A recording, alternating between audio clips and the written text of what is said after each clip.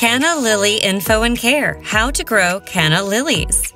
Are you interested in growing beautiful, low-maintenance flowers that can thrive in several climates under the right conditions?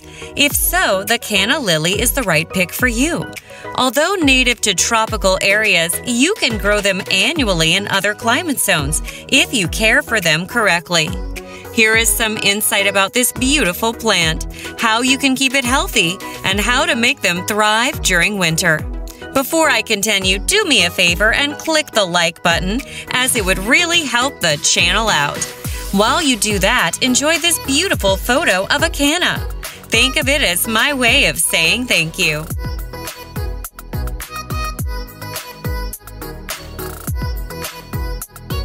What you should know about canna lilies. Canna lilies have broad petals that can be red, pink, orange, yellow, or cream. Their leaf colors range from purple to green. Despite their namesake, canna lilies aren't true lilies. Technically, they're closely related to arrowroots, bananas, and birds of paradise.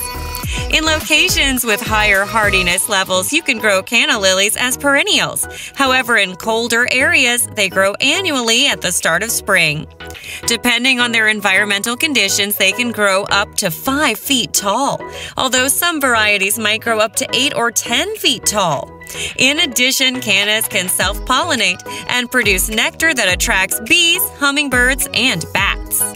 While some people grow canna for aesthetic cultivars, others grow them for the starch content found in their rhizomes. They also make ideal houseplants because they aren't toxic to cats and dogs. Planting canna lilies. When planting a canna lily from seeds or rhizomes, place them 3 or 4 inches deep into the soil and 1.5 to 3 inches apart when placed in an outdoor garden. They won't bloom if other plants surround them. If you decide on planting a canna lily in a container, make sure you choose a pot or container large enough to support its root development. Consider using a pot with drainage holes or adding pebbles to help the water maneuver through the organic soil. Caring for your canna lily. Canna lilies can be easy to care for when taken care of properly, but might be challenging to cultivate for novice gardeners. Here are a few points to consider when keeping them in top condition year-round. Light.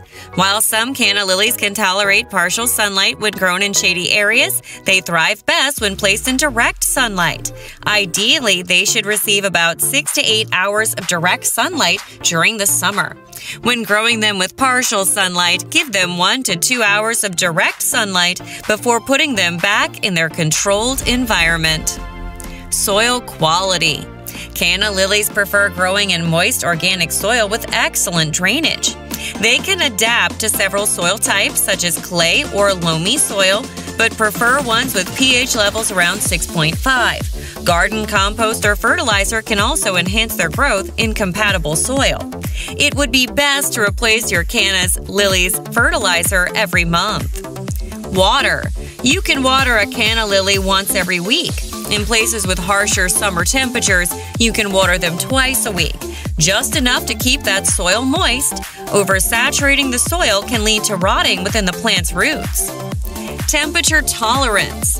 Due to their tropical nature, canna lilies plants don't tolerate frigid, below freezing temperatures and can get damaged by frost when left in the ground. However, they can thrive in environments with temperatures up to 90 degrees Fahrenheit. Canna lilies also grow well in places with dry and humid conditions. Pruning and propagating. A canna lily doesn't need regular pruning, but should be cut to the ground once it completes its growth cycle. Additionally, you should cut off any dead or dulled flowers to ensure they'll bloom during the next growth cycle. It would be best to propagate your cannas during the spring. This process involves digging up your cannas and searching for the strongest looking rhizomes to use for growing the next batch. Most people consider this method easier than planting a canna lily from seeds. How to prepare canna lilies for winter. Curious about how to prepare canna lilies for winter? Although they can't tolerate winter temperatures, you can still get a head start in growing them.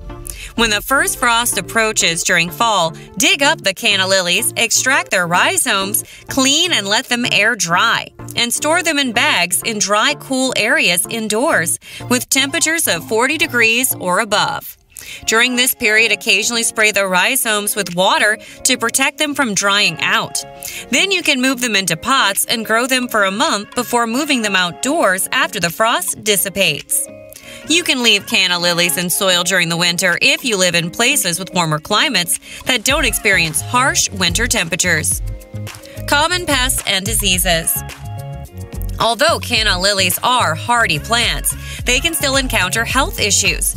For example, if you see canna lily leaves turning brown, it could be a sign of overwatering, underwatering, or pests.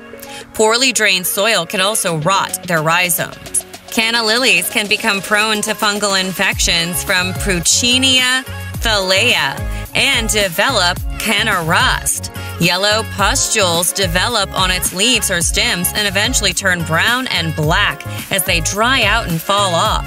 It's more prone to developing in places with high humidity and soil moisture. Aster yellows and canna mosaic virus can also occur in them. When you find infected plants, you'll need to remove them immediately to prevent them from spreading to the rest of your plants.